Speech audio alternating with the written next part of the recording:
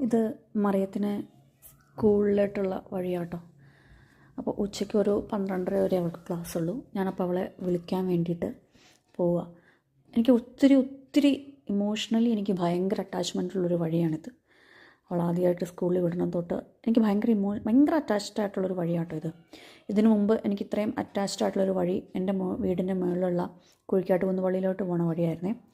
ഇത് കണ്ടോ, ആ ഒരു വീഡിയോയിൽ നിങ്ങൾക്ക് ക്ലിയറായിട്ട് കാണാൻ പറ്റുമെന്നറിയില്ല, ഒരു പിങ്ക് കളർ ഫ്ലവേഴ്സ് കണ്ടോ, അതിൻ്റെ സമയമാണ്.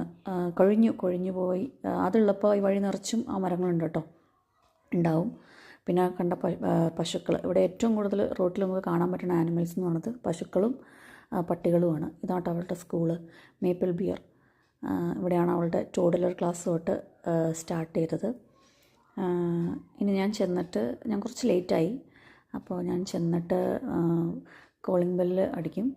അപ്പോൾ അവർ കണ്ടോ, മാം വന്നിട്ട് അവിടെ വന്നിട്ടാണ് ഡോറൊക്കെ ക്ലോസ് ചെയ്തവർ.